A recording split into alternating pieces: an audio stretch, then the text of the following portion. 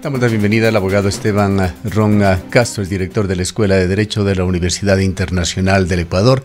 Abogado Castro, muy buenos días. Vamos a hablar de este tema de la consulta popular de Nebot y la decisión de la Corte Constitucional, pero antes quisiéramos consultarle también en una semana final de campaña electoral, cuando es previsible que los partidos y movimientos políticos rompan fuegos, particularmente las candidaturas con mayores posibilidades que se preparan para utilizar toda su artillería para llegar de manera efectiva al electorado que mantiene altos niveles de indecisión. ¿Cómo ingresa en esta semana, en este panorama, la denuncia de la revista Semana sobre un supuesto aporte de campaña del grupo subversivo ELN a la candidatura del señor Andrés Arauz?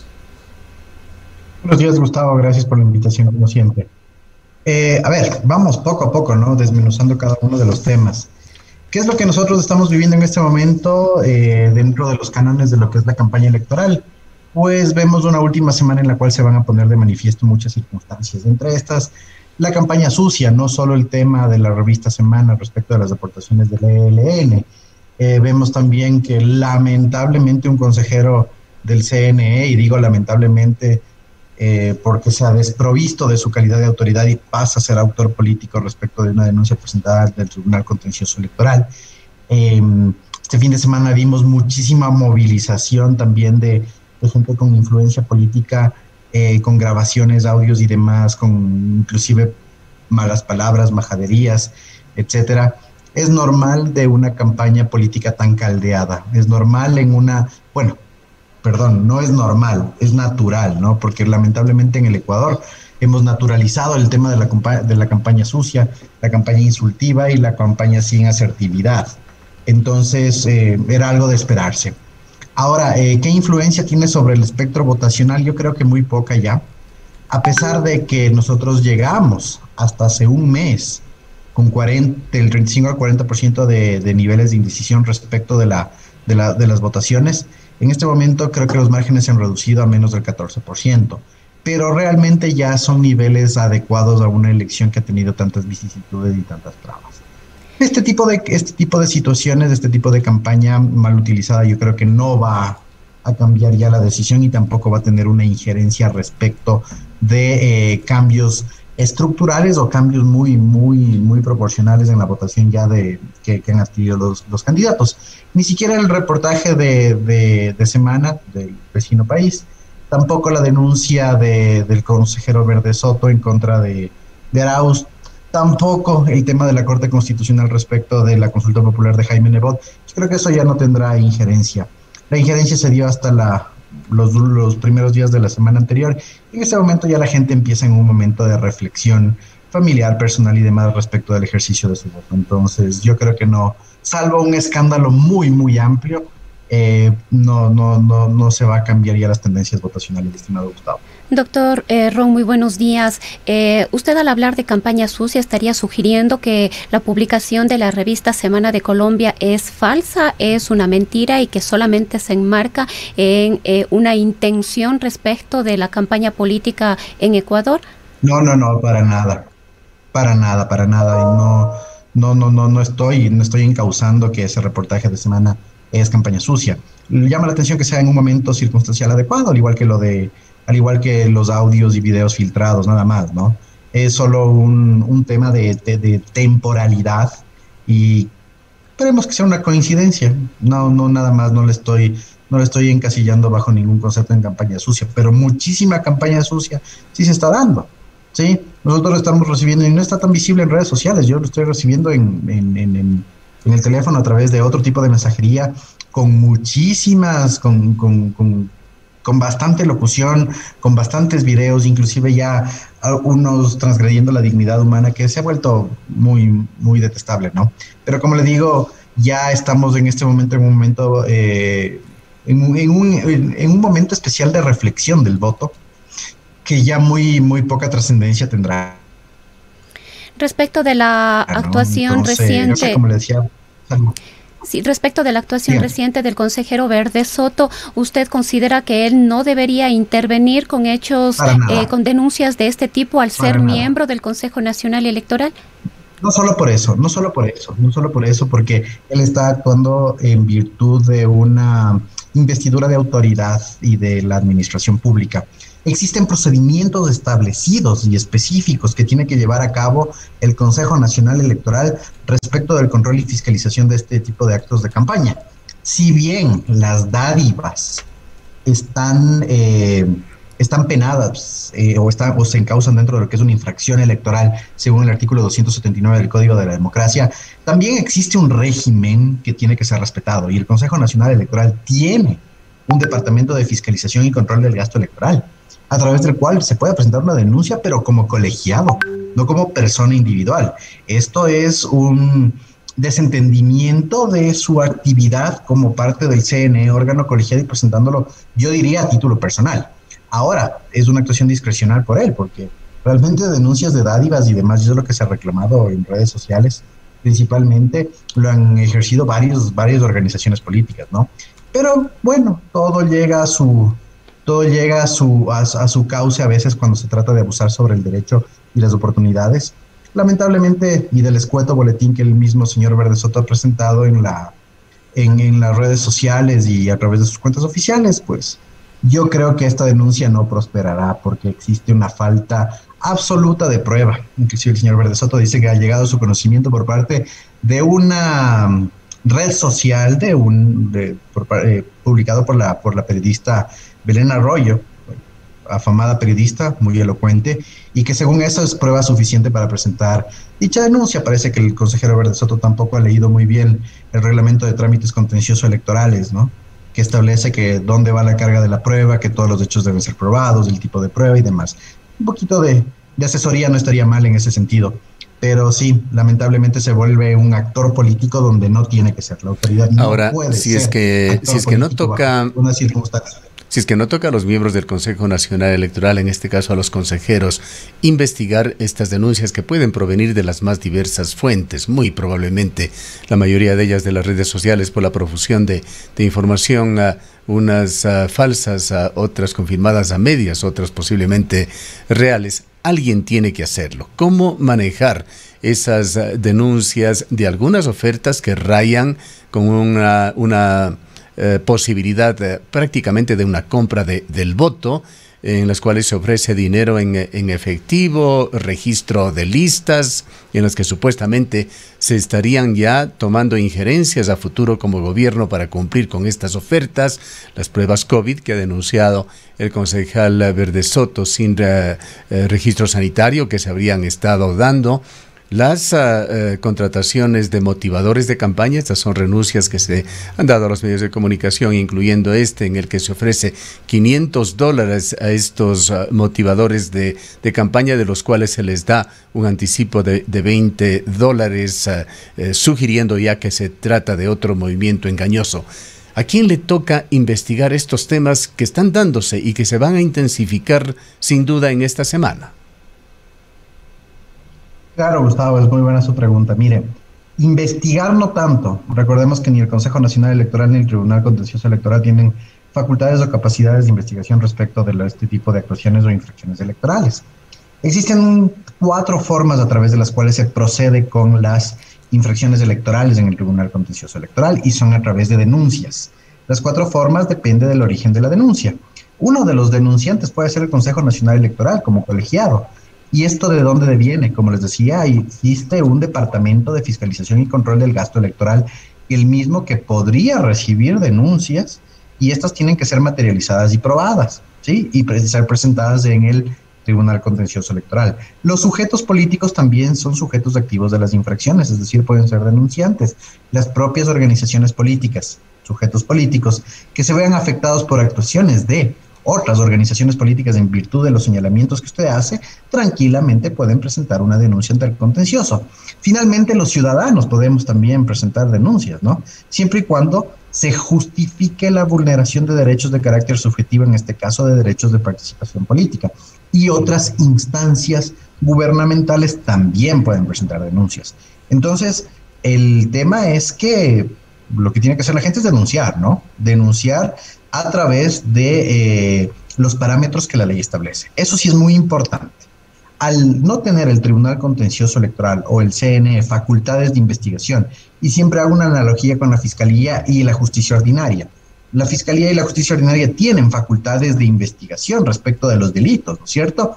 Acá el CNE y el TCE no tienen facultades de investigación respecto de las infracciones electorales. Por lo tanto, la carga de la prueba, es decir, la situación que debe ser arguida y más que nada probada con, no estamos hablando de evidencias, pruebas, ¿sí? Tienen que ser especificadas por el denunciante. En este caso no existen, ¿sí? Y además, otra cosa, estimado Gustavo, las pruebas, según la propia ley y el reglamento de trámites contenciosos electorales, tienen tres caracteres. Pueden ser periciales, ¿sí? Pueden ser también documentales y pueden ser testimoniales. Así que, en ese sentido, pues quien quiera denunciar, o sea, cualquiera de los sujetos activos que lo mencioné, tiene que acudir a esos tres tipos de prueba. Es decir, si yo quiero denunciar el otorgamiento de una dádiva, un tanque, un tanquero, una prueba COVID y demás, tengo que evidenciar a través de las tres formas, documentalmente, pericialmente y testimonialmente, que efectivamente se dieron, si quiero que traiga a efectos una sanción. Nada más, estimado Gustavo. Cabría concluir sobre estos temas que el debido proceso, los tiempos en los que se ventilan las denuncias, harían realmente irrelevantes estas denuncias desde una perspectiva legal, comenzando con lo de la revista Semana o cualquier otra cosa que pueda denunciarse a lo largo de esta semana, abogado Ron. Mire, el tema de la revista Semana es un medio internacional, no conozco cuál sea su credibilidad a nivel internacional. Bueno, nosotros sí lo conocemos, y es una revista de gran prestigio, es el equivalente a Caretas de Perú o a Veja de Brasil. En cada uno de los países hay una revista, no porque nadie lo dicte, sino su lectura, su difusión la consolida. Sí nos parece un poco extraño que no conozca usted la relevancia de la revista Semana en Colombia. No, la verdad no. Me dedico más que nada al análisis crítico del Ecuador. En ese sentido no conozco la relevancia. Tendría leído el artículo de pe a pa, no existen evidencias tampoco dentro de la misma, sino elucubraciones y elocuciones. Entonces, en ese sentido, pues lo que se tendría que hacer, si es que alguno de los actores políticos quisiera en este sentido actuar sobre lo que Semana establece, podría hacer la denuncia. En este caso, no estamos hablando solo del ámbito electoral. Hemos estado hablando también del ámbito penal, ¿no? Porque estamos hablando de aportes ilícitos.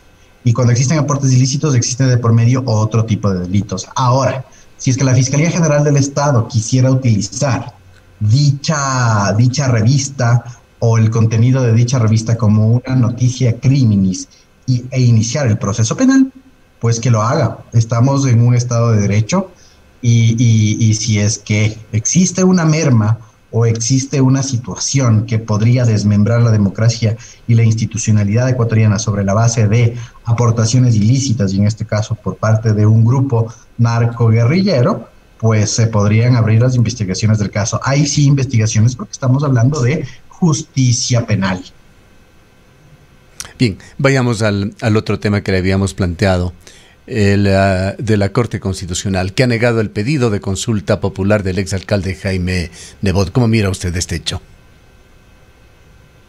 No me sorprende en lo absoluto, La Corte Constitucional que tenemos actualmente en el Ecuador es una corte que ante todo es técnica, es una corte que no tiene actuaciones políticas ni mediciones de tiempos, y eso lo ha demostrado. Los magistrados que están en ella, pues son, creo que los magistrados más probos que tenemos en el país al momento, en el ámbito constitucional, inclusive históricamente hablando. Como le digo, Gustavo, no me sorprende, debido a que la forma en la que fue planteada la consulta popular presentaba ciertas deficiencias, principalmente en lo que tiene que ver en el fondo de la situación. Las preguntas no estaban bien realizadas y no había una especificación de los anexos sobre los cuales tenía que acudirse, ¿sí? Los anexos son esta parte fundamental de las consultas populares en los que se especifica dónde estarían las reformas estructurales. Además, que tampoco había una correcta estructuración de la misma en cuanto al sistema competencial del Estado. ¿A qué me refiero? Que se trataba de consultar sobre temas que son exclusivamente de la administración e inclusive que podían vulnerar otro tipo de acuerdos. Como digo, no me sorprende en lo absoluto la actuación de la Corte Constitucional. Previamente, la Corte Constitucional ha demostrado bastante imparcialidad. Aquí hay una falla y una falta de técnica jurídica respecto de la formulación de las preguntas, en virtud de querer hacerlo un instrumento político y no técnico. Esa sería la reflexión que tengo. Realmente no me sorprende. Por ahí creo que se hacía algunas elocuciones respecto de la situación de que por qué en este momento y eso podía afectar a cierta campaña. Considero que no. Se utilizaron los tiempos adecuados, la Ley Orgánica de Garantías Jurisdiccionales, Control Constitucional y el Reglamento de Sustanciación de Trámites en la Corte Constitucional establecen los tiempos en los cuales se tiene que resolver. No existe vulneración a ninguno de estos, pero obviamente esa efervescencia que estamos viviendo al momento en la campaña, pues hace que se la trate de vincular con temas políticos. He leído el extracto, lamentablemente no hay a disposición, espero que ya lo cuelguen el día de hoy, la Corte Constitucional bastante prolija en ese sentido, del por qué se inadmite la consulta popular, y es bastante coherente en ese sentido, pues da una satisfacción al menos que en el ámbito constitucional del Ecuador se respete el Estado de Derecho. Deberíamos entender, doctor Ron, que con las recomendaciones o las aclaraciones de la Corte Constitucional, el abogado Nebot podría hacer una corrección, digamos así, y volver a presentar la consulta. Efectivamente, tiene que darse una nueva consulta, ¿no? Un nuevo pedido, no una nueva consulta. Hay que ser un poquito más técnicos. Tiene que darse un nuevo pedido por parte del abogado Nebot. Él obviamente está dentro de lo que se llama una consulta popular por iniciativa ciudadana. Entonces, claro, él podría proponerla nuevamente en virtud de, o considerando al menos, cuáles fueron los argumentos de la Corte Constitucional para haberla negado, e incorporando dentro de su pedido realmente lo que la Corte ha observado.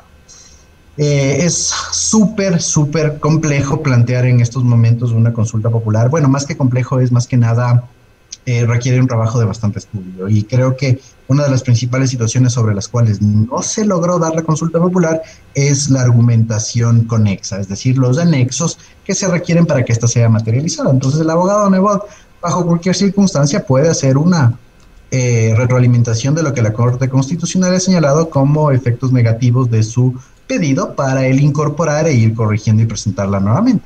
Eran amplias las reformas que proponía Jaime Nebot, entre ellos había 14 preguntas en las cuales se buscaban cambiar 43 artículos, incluir 20 artículos en 20 cuerpos normativos distintos. Cabe recordar también que el apoyo a esta consulta popular fue parte del acuerdo Partido Social Cristiano, creo, para que Jaime Nebot desista de su candidatura a la presidencia de la República, acuerdo con Creo, por supuesto. De allí su connotación política en el momento actual. Hay adicionalmente otros temas que han sido tema de campaña electoral que esgrimen algunos candidatos, que van desde reformas constitucionales que prácticamente todos los candidatos asambleístas ofrecen en uno o en otro tema, y uno que otro candidato va más allá. Incluso anuncia, en caso de ser elegido, la convocatoria a una Asamblea Nacional Constituyente. ¿Cómo mira usted todos estos temas que implican intensas reformas al sistema democrático de Ecuador en los próximos tiempos, dependiendo, por supuesto, de quién gane las elecciones? Sí, Gustavo, en ese sentido hay bastantes propuestas que tratan de hacer una reformulación del Estado, y eso es un fenómeno latinoamericano, ¿no? En este fenómeno latinoamericano que nosotros hemos tenido en los últimos años, tenemos dos tipos, y se los ha denominado, ¿no? El populismo penal, no me gusta decirlo así, es el populismo punitivo, que a través de ofertas de campaña se trata de radicalizar a los sistemas penales de cada país. Pena de muerte, prisión por deudas, cadena perpetua y demás, ¿no? Obviamente son propuestas que no se pueden ejecutar debido al marco legal, al sistema jurídico en el que nosotros estamos inmersos, porque no solo la Constitución lo prohíbe. La Constitución lo prohíbe en el tema de los derechos, es absoluta, es tajante, pero también los compromisos de carácter internacional, los acuerdos de Ginebra, por ejemplo. Entonces, tenemos que considerar que todo el sistema jurídico compuesto por las leyes ecuatorianas y también por los acuerdos internacionales, pues no prevén esta situación. Ahora, la oferta, la campaña, la promoción de este populismo también de la reestructura del Estado es un tema en el cual se ha venido trabajando en Latinoamérica ya de manera constante y se trata de hacer una reformulación de lo que el Estado o de lo que es el Estado y para qué significa tener el Estado. Pero claro, obviamente una oferta de populismo, de reestructura del Estado realmente no ha sido medida por estas candidaturas, ¿no? Se habla de las grandes consultas populares, en el caso del candidato Gutiérrez, que serán sometidas a consideración una reestructura generalizada del Estado. No, o sea, yo creo que son elocuciones que nuevamente responden al momento ferviente de la campaña, pero que no han sido analizadas jurídicamente hablando. Si se quieren dar este tipo de reestructuras, se tiene que atender a una cosa, ¿no? Estamos hablando ya de asambleas constituyentes, que lamentablemente, y en la situación de gobernanza que tenemos en el Ecuador, entrar a un régimen de transición para llegar a una constituyente sería bastante difícil, porque la maquinaria de gobernanza que se requeriría para ejecutar una forma de gobierno en ese sentido es muy, muy compleja, ¿no? Pero finalmente estamos hablando de populismos exacerbados e inclusive yo les podría decir populismos circunstanciales. Circunstanciales, ¿por qué? Porque responden a un momento histórico y político adecuado que requiere o al menos hace asimilar por parte de los candidatos que la reestructura organizacional del Estado o esta refundación es la solución para todo. Hay temas que sugieren también cambios a futuro, abogado Ron. Entre los candidatos hay, por ejemplo, la visión, diríamos, de uno de los candidatos de que la justicia o los propios jueces se encargarán, y así impresiones, ha dicho el candidato que se ha referido a este tema, de dejar sin efecto las condenas de los implicados en el caso Sobornos 2012-2016. Usted conoce, como pocos ecuatorianos, la Constitución de la República, el Código Integral Penal y otros cuerpos legales, y entiende perfectamente lo que es cosa juzgada. En el actual esquema ecuatoriano sería imposible lograr lo que este candidato propone o sugiere. ¿A través de qué mecanismos se podría lograr que los jueces puedan reconsiderar las sentencias del caso Sobornos 2012-2016, que no sea otra, para utilizar un término, metida de mano en la justicia? Definitivamente, como usted bien lo señala, Gustavo, cosa juzgada. Es la sentencia de venida del caso Sobornos 2012-2016 está ya en proceso de ejecución. La ejecución puede ser interrumpida. Bueno, yo no soy experto en el tema penal, ¿no? Pero la ejecución de penas puede ser interrumpida por algunas circunstancias, principalmente con las desavenencias o capacidad estatal para ejecutarla. En ese sentido, pueden haber ciertas excepcionalidades a la ejecución de la pena, pero la pena no cambia, ojo, ¿no? ¿Cuáles son los mecanismos que podrían utilizarse para efectos de hacer un cambio de la situación de los sentenciados en el caso Sobornos 2012-2016? Hay tres opciones: indulto, una amnistía que tiene que otorgar la Asamblea, el indulto del presidente de la República, o el otro son los mecanismos internacionales que permiten una reparación integral en este caso, si es que se determina que no existió un juzgamiento debido. Entonces, esos son los tres mecanismos a través de los cuales se podría revertir la situación de los sentenciados en el caso Sobornos 2012-2016. Obviamente también hay delitos que derivaron, o al menos investigaciones que han derivado de esa sentencia, ¿no? Recordemos que esa sentencia fue, o el tipo penal utilizado en esa sentencia fue el cohecho agravado. Entonces entiendo que de ahí han devenido también otras consecuencias de carácter jurídico en el ámbito penal, como por ejemplo el tráfico de influencias, que son procesos que tienen que darse a la par. Estos procesos igual, estimado Gustavo, tienen que darse, tienen un juzgamiento, tienen un proceso que es prácticamente el mismo que el que tuvo Sobornos 2012-2016 y que tendrán que tienen que seguir siendo evacuados. Pero por lo pronto no existe un mecanismo legal o constitucional a través del cual se pueda revertir el sentido de esa sentencia. Como le digo, indulto presidencial, amnistía legislativa o en su defecto reclamaciones de carácter internacional con un pedido de compensación y reparación de la situación de las personas involucradas en este caso. Culminemos, abogado Ron, con sus perspectivas sobre lo que vislumbra o aspira suceda en esta semana final de campaña electoral. ¿Qué es lo que va a suceder? Yo aspiro que por lo menos los candidatos en este momento nos dejen el momento reflexivo del voto, ¿no? Veo que se viene un tema bastante complejo de, ahora sí, campaña sucia, a través de, principalmente redes sociales, ¿no? Ya no existe la forma antigua de hacer esa campaña sucia porque no está permitido a través del uso de los medios de comunicación, pero va a haber una campaña sucia, va a haber un periodo de desacreditación, va a haber un periodo de incertidumbre, va a haber un periodo de lucubración. Van a haber, a pesar de que las encuestas ya fueron cerradas, el tiempo para publicar las encuestas fueron cerradas, va a haber encuestas que salgan a la luz fuera de este tiempo, obviamente a través de mecanismos no convencionales para no caer en infracciones. Va a haber mucha, como les digo, incertidumbre, lucubración, campaña sucia, pero por otro lado yo también aspiro a que en al menos el silencio electoral y en estos días que quedan de campaña se haga un pragmatismo electoral, es decir, que nos den a conocer los candidatos qué es lo que realmente proponen para los primeros años de gobierno, aunque ya ha sido saturado el tema, por lo menos que nos dejen pensar, pero una cosa es lo que uno aspira, otra cosa es la realidad.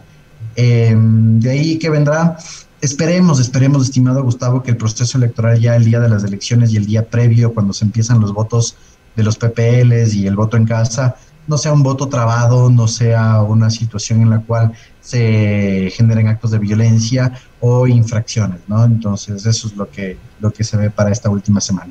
Muchas gracias por habernos atendido, abogado Ron. El abogado Esteban Ron Castro es director de la Escuela de Derecho de la Universidad Internacional del Ecuador.